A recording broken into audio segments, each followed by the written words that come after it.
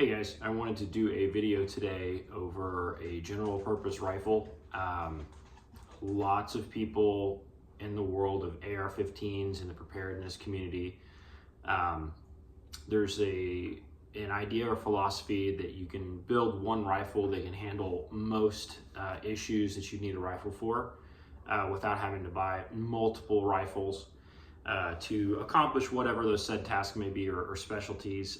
I consider like general purpose rifles to be pretty fundamental. If you were to get one AR-15 or an AR-15 that you want to do multiple things, the general purpose rifle philosophy is probably the way to go. There are some keys, I think, and some things that it needs to be able to do specifically for it to be well-rounded enough to be called a general purpose rifle. This is an example of my general purpose rifle. I really only have one of these. Funny enough, I didn't see there was a need to have two of the multi-tool, right? I've got some spare parts and things if this goes down, but in general, this is a great example of like one rifle that can do pretty much most things well.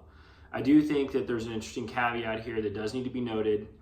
When you're talking about general purpose rifles, you also have to consider the usage of night vision, and I will talk a little bit about that throughout this video. However, I want to let you know that this rifle is not set up, obviously, to use night vision. If you can't already tell, if you're familiar with night vision, you see that there's nothing on here that I can really use for passive aiming or active aiming. And so we'll talk a little bit about that and some of the decisions that I've made on this rifle. I have separate rifles that are designed specifically for shooting at night, and we can talk about that philosophy in another video. I'll cover a little bit of it here, but I might do some content about that down the road. So I wanted to talk about the things that you need to have on a fighting rifle, and then I'll go through the things that I have to accomplish that goal, and specifically this build, because I know a lot of guys are gun nuts like I am. They like the specific parts and maybe want to take some ideas from here and run with them, or learn some more things that maybe they want to throw on their rifle. So I think that a general purpose rifle has to have a few things in particular. Everybody says that a fighting rifle needs to have a white light, a sling, and a way to aim, right? Those are just all fighting rifles. For a general purpose rifle, I think you take that standard and you're gonna add a little bit of extra capability. I think that all those three things need to be handled, but also I would say you probably need the ability to magnify your optic, or to be able to see and shoot a great distance, because the goal of a general purpose rifle is to be able to shoot up close all the way out to essentially the limits of effective range of 5.56, which I consider to be approximately 500 yards. You can certainly push this rifle further than that, but then you start looking at other calibers to be more optimal for that. This is just supposed to be able to accomplish that task, not necessarily in the most efficient manner, and not with the most superior ballistics, but a good 77 grain on a rifle with some glass like this. This is a 223 5.56 rifle, should be able to take you out to 500 pretty easily. This rifle is also set up to where it can handle things up close, although again, it's not an SBR, it's not something that is designed for CQB, but it can get the job done. So those are kind of the philosophies and the things that I require out of a general purpose rifle. That's not anything revolutionary. I think that's a pretty standard fare, pretty standard set of requirements on a GPR. So again, this rifle is designed to do everything pretty well, nothing exceptionally. So I'm going to start with the front of the rifle here, and we're going to talk a little bit about suppressors. Not every single state in the union allows you to own suppressors. That's a big bummer. You should get out there and participate politically as much as you can and try and get those things changed in your state. I'm sorry for those of you that live in states like that don't allow you to have suppressors and other things. The Second Amendment shall not be infringed. Keep fighting the good fight out there politically. If you can't have a suppressor, then we'll talk about that too. But in this case, I live in Texas, so I'm allowed to have suppressors. I chose a 14.5-inch barrel to be paired with a K-can. Now, I think that's important because I have another suppressor that's a full-size suppressor that does a significantly better job at actually suppressing flash and sound. However, it's pretty much unwieldy on this rifle. And so I chose a K-can, which is short for Kurz, which is the German word for short. So this is a Resonator K, and this is a 30 caliber can, so it actually can shoot larger calibers, as implied by the fact that it's 30 caliber. This is a 22 caliber rifle. I do regret buying this instead of just buying a K-can that's 5.56 dedicated, because the performance is so much better. But that's not to say that this isn't, pretty useful tool. So this is a Resonator K from YHM. It does a pretty good job of concealing muzzle flash for the most part. It doesn't make this rifle hearing safe, but it certainly minimizes the damage to your ears if you have to use it without having ears on. So I think suppressors, once you get the first one, or even if you go shoot a buddy suppressor, you'll become addicted immediately and want to suppress everything. It's kind of a gateway drug to night vision as well. So be careful when you do buy one, because you're probably going to end up opening up the wallet a little bit. But I do highly recommend a suppressor for anyone who wants a serious duty use rifle and can purchase one. Under the suppressor, I'll go ahead and take it off so you can see the muzzle device. You've got the whole conversation and discussion about what flash hider or brake or muzzle device to use. This is a quick detach YHM flash hider, which I chose specifically because I wanted the ability to conceal flash significantly more than reduce recoil, which is what you would want out of a brake. I also think if you're shooting with buddies, don't be that guy who's running a brake, especially on a shorter rifle. They're so concussive, they're extremely loud, they're a lot easier for someone to pick out where you are. I consider those on a 5.56 rifle to be for gamer guns only, or for a dedicated suppressor use. There's the whole idea that a brake can be like a sacrificial baffle for cans. I don't know how much truth there is to that. Maybe that is true, maybe it's not. I don't really care about it because this rifle is designed for fighting, not for efficiency, in that order of priority. This rifle also has a bipod here, a Magpul bipod quick detach, like swivel type of system. I can't remember what they call it, but this part right here, it's very small. It makes it to where you can get your bipod on and off of a rifle really easily. This bipod is only on this rifle when it's in my safe. I just use it there to store it, and I really only use it for if I'm shooting this rifle at distance or I'm zeroing it. It's really not intended to be used permanently, but it is nice that you can buy these little lightweight pieces here from Magpul, and you can put them on all of your rifles, and they're so low profile and they are weightless essentially that you can then move your bipod around. You don't have to buy a bunch of bipods because bipods are expensive. This is a Magpul bipod. It is fine. It's not great. I have a Harris bipod that I prefer. I've used Atlas bipods. They're superior. I just don't think you need to be spending like $250, $300 on a bipod for a rifle that's not really a dedicated precision gun. So something like this would be perfectly fine. Great for grouping and shooting off your belly. If you were to use this rifle for scouting purposes, it's cool to have on there, and it really doesn't weigh anything because it's polymer and it's pretty durable. So that's why I have it here. Something else kind of interesting that I want to talk about that I don't think many people do talk about is the placement of your light. This is just a Streamlight ProTac. This is one of their older lights. I don't even think this is 1,000 lumen. It might be a 600. I'm not a light snob. I like having enough light. I don't really think you need to have tens of thousands of more candela or lumens necessarily to have a significantly more efficient fighting machine. I don't think you need to spend $250 on a Surefire. That being said, the Surefire Turbo Series are phenomenal lights. I have no knock on them. I've just never seen a need to upgrade this light. It's light enough, its profile is small enough. I can shoot out in the dark to about 150 yards and see pretty well.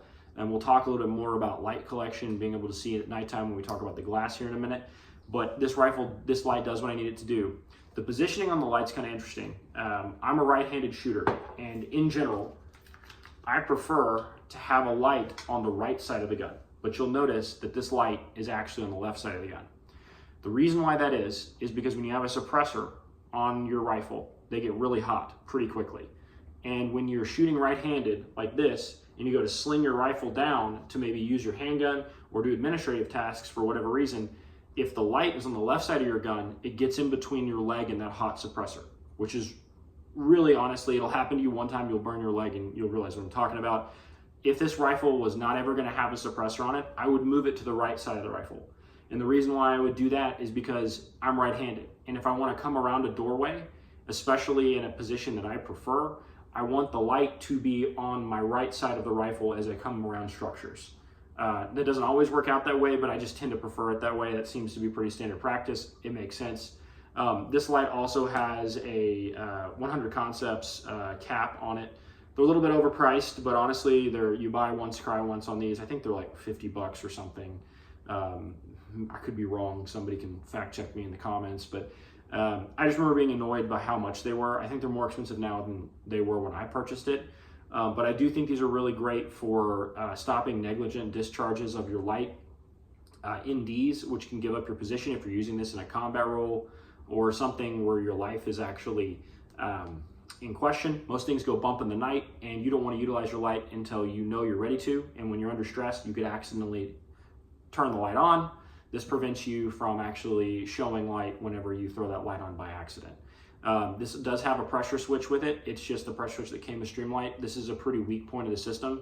I've never had any issues with this particular light and pressure switch, and I've got probably 4,000 or 5,000 rounds on this gun in this configuration.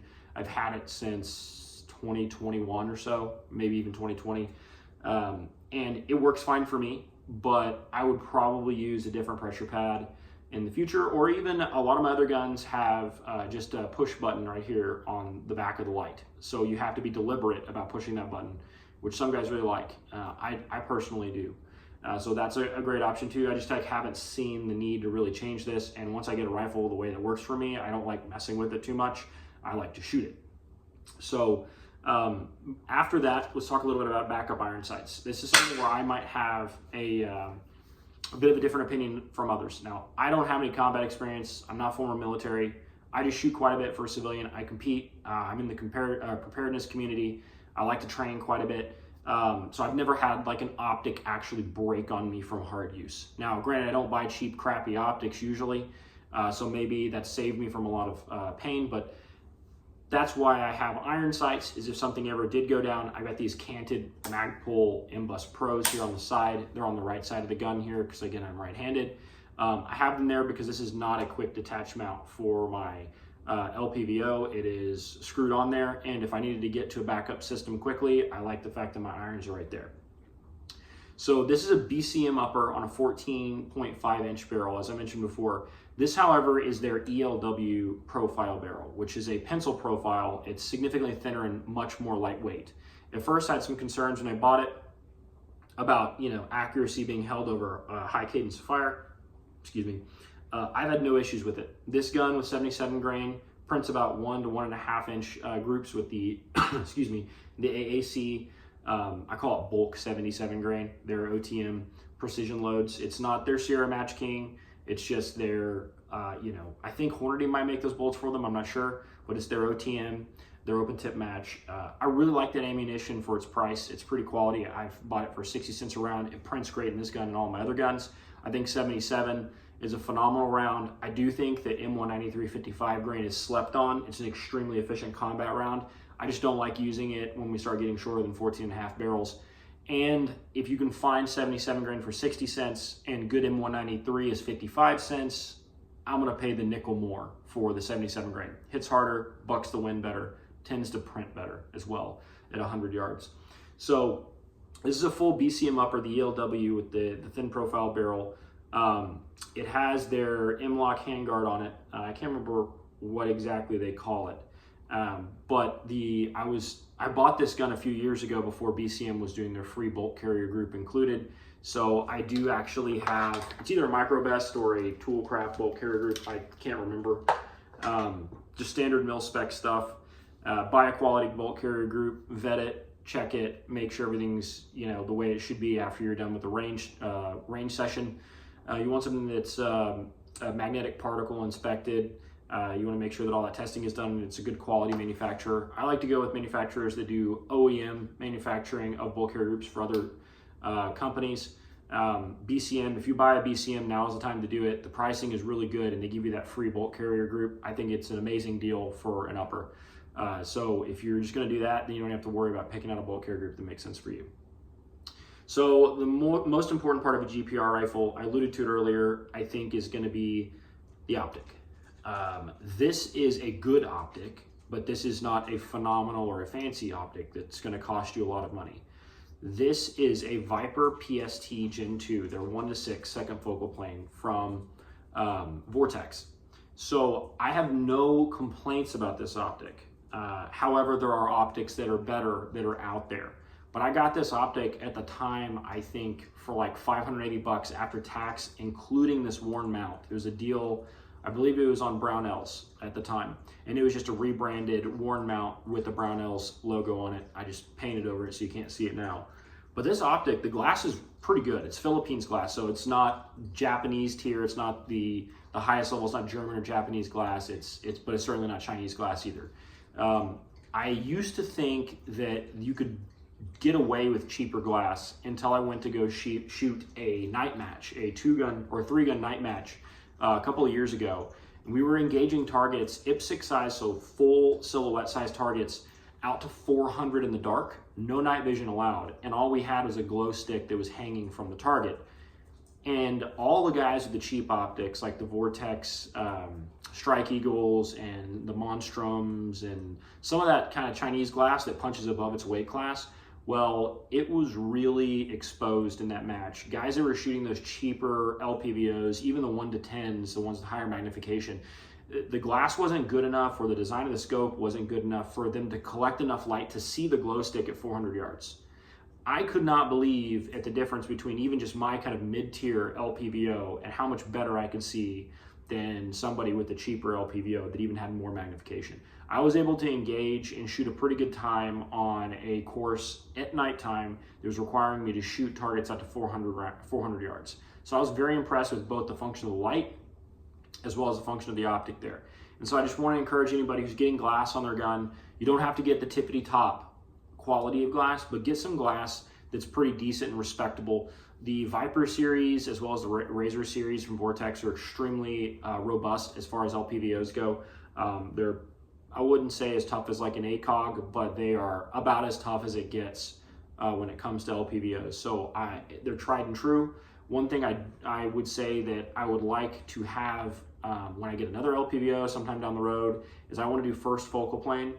I really don't care to have more magnification. I could do with or without it, but a first focal plane with a really good like mill grid reticle in it is something that I prefer to have. After learning a lot about long distance shooting, I've got about 1,000 rounds through my 6.5 Creedmoor at this point in time, maybe a little bit more than that, shooting out the distance over the years, and I've learned a whole lot, and I've become a lot more proficient at hitting targets at distance, and having a first focal plane with a really good reticle makes certain shots possible that wouldn't be possible with a second focal plane, and definitely all the other shots that you could hit with a second focal plane, it makes them a lot easier. So I highly recommend getting a first focal plane, but don't sacrifice glass quality to get first focal plane. In other words, don't get like a Chinesium scope that's a 1-10 first focal plane. I would rather spend $600 on like a really quality used like Trijicon Credo that's got good glass, or something like this Vortex PST Gen 2. Even if it's second focal plane doesn't have the best reticle, I'd much rather have the higher quality glass, because I can hit out to 400 with this like pretty easily. 500, I can do it on man-sized targets, but I start wishing that I had more ability for windage and some other things. So that's my opinion on the glass. If you guys have other opinions on that, put them in the comments below. One thing I would like to do with this rifle in the future is I would like to add a piggyback red dot at the 12 o'clock to make it more capable for night vision, and also just make life a little bit easier for shooting up close. The 1X on this optic is fine. The 6X is pretty decent as well, so I don't really have any complaints on how the optic functions when I'm actually using it, but it would be nice to have just a piggyback right here with a little mini red dot sight like a Trijicon RMR or even a Holosun or anything like that. This mount is particularly low compared to what's kind of cool nowadays. On my other rifles that are more kind of go fast rifles and SBRs, I do prefer to have a higher optic mount, because those guns are designed for speed, and it makes your life easier. If you don't have to hunch down to find an optic, you can just bring the gun up to your eye and it's right there. This gun doesn't have that. However, I do think it has worked out in my benefit, and I haven't confirmed this, but this is my theory right now. If I can get an optic here, a red dot, that's gonna sit above the scope while the scope is mounted lower, I might actually prefer the height of the red dot here, so it wouldn't be just obnoxiously tall, because that's one of the issues when you start in piggyback red dots. If you get a pretty decent riser on your optic mount or something that sits taller, and then you also put a red dot on top of it, it can be like a skyscraper mount, which messes with your holdovers at close distances, and just can kind of make you crane your neck and make you feel like you don't have enough purchase on the gun with your cheek weld. So I'm gonna try it. I'll let you guys know if I like it better, but I think I will. And the benefit there would be that this mount is a little bit lower than what's popular now, which actually helps me out with the red dot that'll be on here in the future. So that's my philosophy with optics and magnification. I think you need to have magnification if you're a prepared citizen, because we need to identify targets at distance before you shoot them. You do not want to make an oopsie and shoot something that didn't need to be shot, something or someone, right? Not only do you not want to have that weighing on your heart, but you also don't want that for legal reasons. I think it's pretty obvious that you want to know what you're shooting at. I love red dots. I think they're awesome, but I think that they have a significantly more limited capability than people think from a legal point of view and just really a spiritual point of view in knowing what you're shooting at. I have magnifiers on other red dot rifles so that I have that capability. Red dots are awesome for home defense. I wouldn't do something like this for home defense. This is a pretty silly home defense rifle in my opinion, but it can be used for that. So that's kind of where I use red dots, is I like them for night guns and home defense stuff. My philosophy on optics in general, I think too much is made of having multiple ways to aim the gun. It starts getting complicated and heavy and taking up rail space.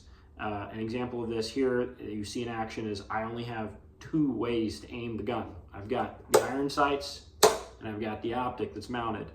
Now, I don't need a 3rd way to aim this gun, because if both of them go down, then I am in deep doo-doo, and I guess I've done something horribly wrong, and I can still point shoot the rifle pretty effectively out to 50 yards anyway, or at least create, suppressive fire. So I think having 3 and 4 different ways to aim the rifle is pretty ridiculous. You only really need 2.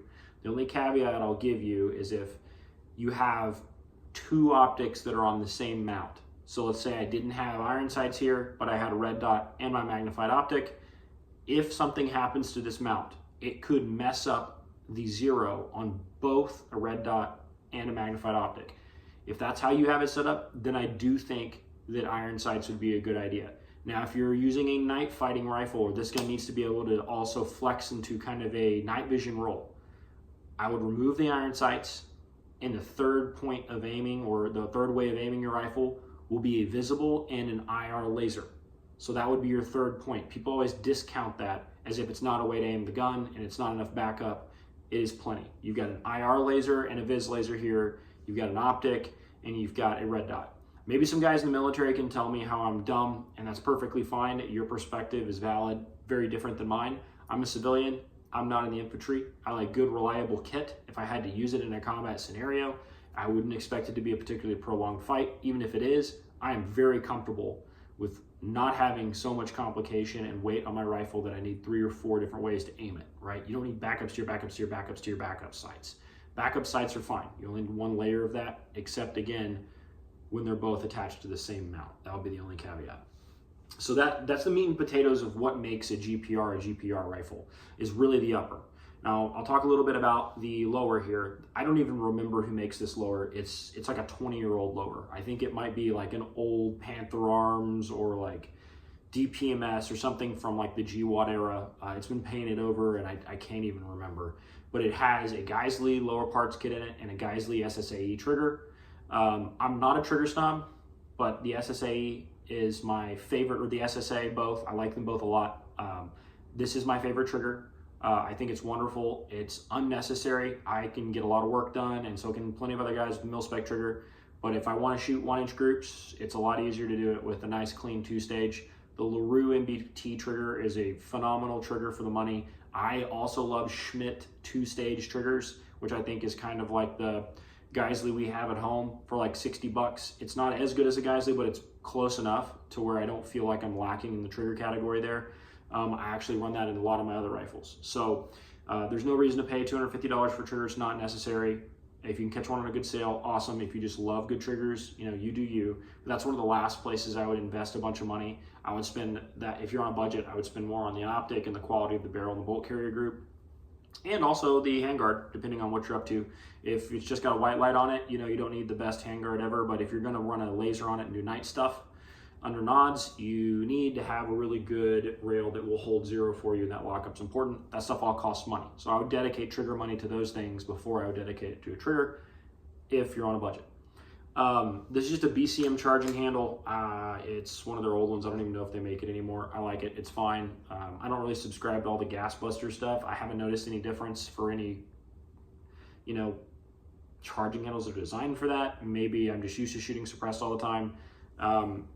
This gun has a Magpul grip. It's the MOE Plus, so it's rubberized, and it also has a bad lever. The bad lever thing, I don't know why people get so upset about it. I've got tens of thousands of rounds on combat rifles. I shoot matches. I've never had a negligent discharge. I use trigger discipline pretty religiously.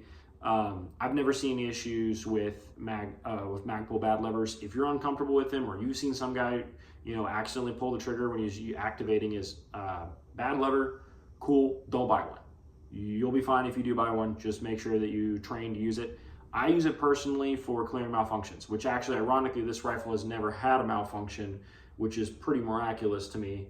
I don't know exactly why I shoot it suppressed. I don't clean it as often as others probably do, but I've always shot pretty good ammo through it, you know, and I've just had normal use, training use on it. Never had any issues, so I've never really had to use the bad lever in that manner, but that was why I got it originally, if you're curious. This is a BCM, if I remember right, a BCM buffer tube. It has a Sprinko blue spring and an H2 buffer weight. I find that works in almost all of my guns. I say almost, it works in all of my guns. It doesn't mean it's going to work in your guns, but that setup with a well-gassed barrel, right, with the appropriate gas porting size. I hate overly overgassed guns. I think it's unnecessary and beats your parts to pieces. But when you have a well-gassed gun that's designed for combat, and you put in a slightly heavier buffer weight and a good quality Sprinko blue spring, it makes everything run smooth with and without the can, I find, and nothing really overly gassed, but I certainly am not running on the bleeding edge of this thing functioning. It's been through a lot, never had any issues. This is a Magpul CTR stock, which is probably my favorite stock out there, but I'm not picky when it comes to stocks.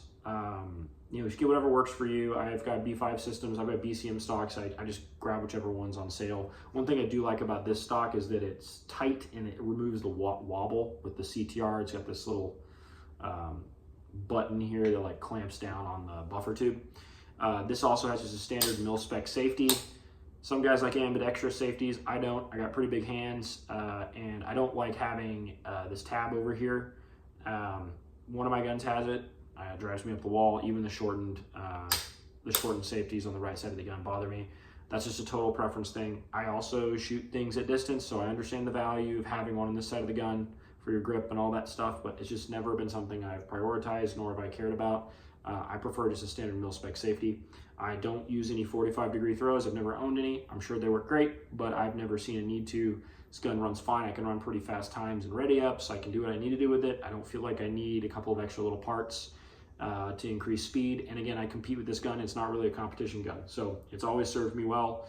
Finally, I want to talk a little bit about the sling placement on your GPR. For stuff that I'm going to be running around in small spaces, I actually really like using the sling mounts here in the back of the receiver. This gun, you'll notice I don't have the sling mounted there. I have it mounted the back of the rifle on the right side of the buttstock, and then on the left side, halfway up the handguard here, or just at the closer end of the handguard.